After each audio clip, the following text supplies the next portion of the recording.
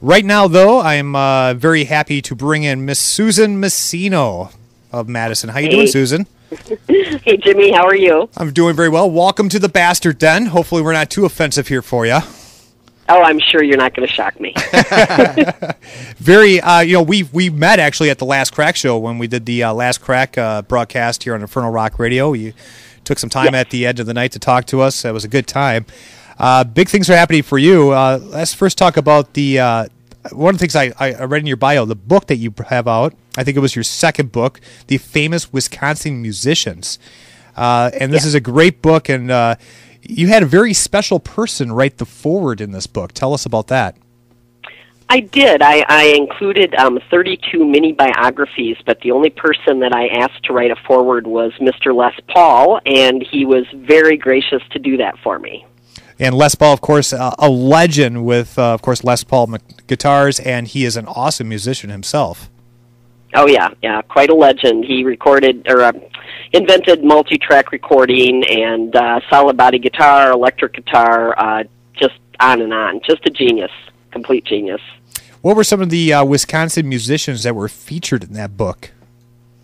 Oh my gosh, there's so many of them. Liberace, Steve Miller, Ben Sidran, Boz Skaggs. I mean, there are so many. Tracy Nelson, Greg Graffin from, God, I can't think of all of them. There's so many of them.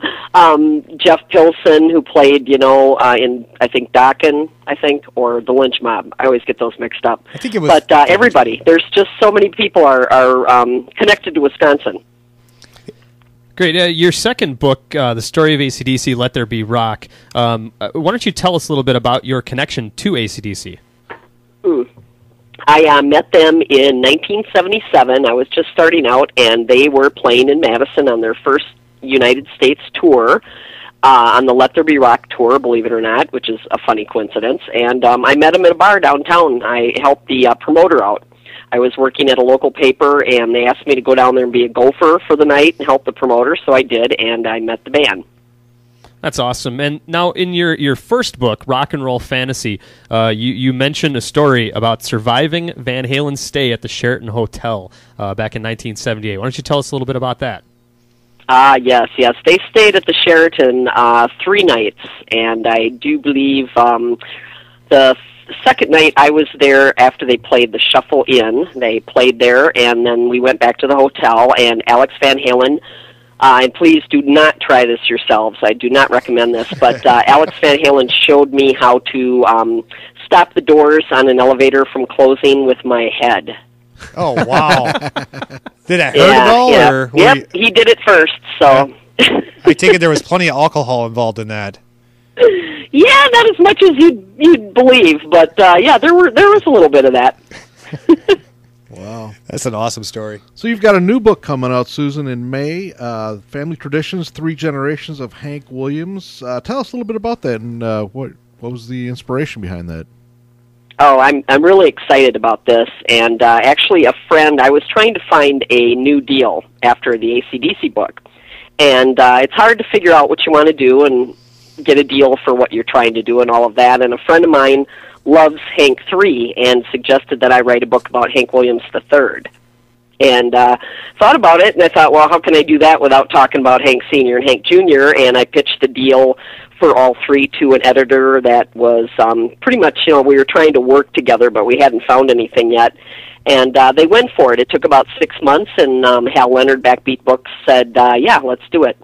And I got to spend a couple days in Nashville with Hank III, and really 9 hours, 33,000 words from him. Nice. Oh, Wow. There was recently a Hank Williams III was recently in Madison, and you actually went to the show. I think it was at the Barrymore. Is that right?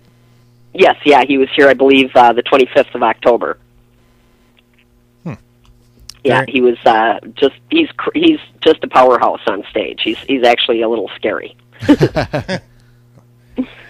That's awesome. I guess where can we pre-order the new book, the Family Generations or Family Traditions, 3 Generations at Hank Williams?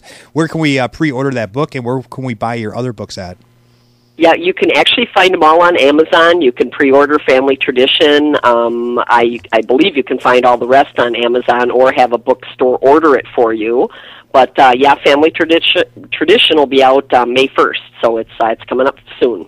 That's awesome. And then, Susan, you've been around the local Madison music scene for quite a long time. Obviously, you're the one that pioneered and launched the WJJO local stage here in Madison back in '97. Yeah, I was just wondering, what is your opinion of local music today, the bands that you've experienced out versus what you've seen in the past, say, 10 or 15 years ago?